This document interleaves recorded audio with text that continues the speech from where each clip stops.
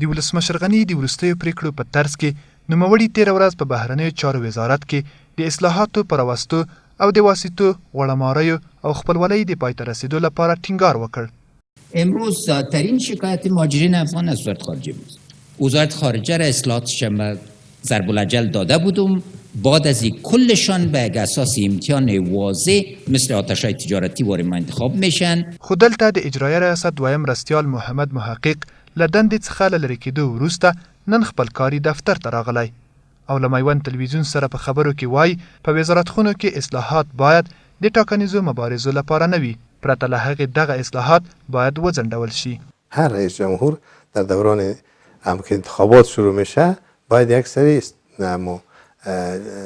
توقف های داشته باشه.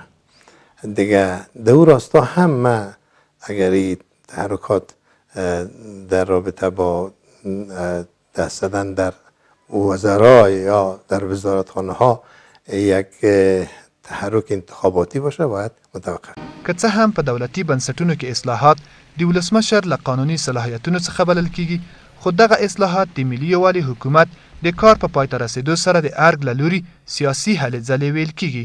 بحث اصلاحاتی را که در وزارت امور خارجه مطرح شده، ما فکر میکنیم اینا کلش ترفندهای سیاسی است که از طرف هر ریاست جمهوری استفاده میشه. در غیر از او اصلاحاتی را که اینا در وزارت امور خارجه میخوان. له دې سره په یو وخت د اداري اصلاحاتو او ملکي خدماتو خپلواک کمیسیون هم د یو اعلامیې په خپرولو سره ویلي چې د بهرنیو چارو وزارت د اصلاحي برنامو په تطبیق کې له دې کمیسیون سره همکاري نه ده کړې. په دې اعلامیه کې همدارنګه راغلي چې ټاکل شوې وه د بهرنیو چارو وزارت د کارکوونکو د ازموینې پروسه د 2018 کال په سپتمبر کې پیل شوې وای، خو له هغې سره هم دغه وزارت له خپلو کارکوونکو څخه د ازموینې د اخیستو لپاره چمتو نه شو.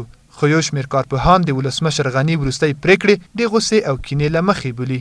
باید اینجا یک فرهنگ قانونمدار رعایت شود. یعنی کاندیدها باید با وسایل مشروع و روا برنامه محور علیه یکدیگر غلبه بکنند. له دې مخکې ولسمشر غني په یوه فرمان کې محمد محقق د اجرایه ریاست له مرستیالۍ څخه لرې کړ چې یو شمېر غبرګونونه یې راوپارول. خو نن محقق بیرته خپل کاري دفتر ته راغی او خپل کار یې پیل کړ. که څه هم ومو غوښتل په دې اړه د بهرنیو چارو وزارت لیدلوری ولرو، خو په دې کار بریالي نه شولو.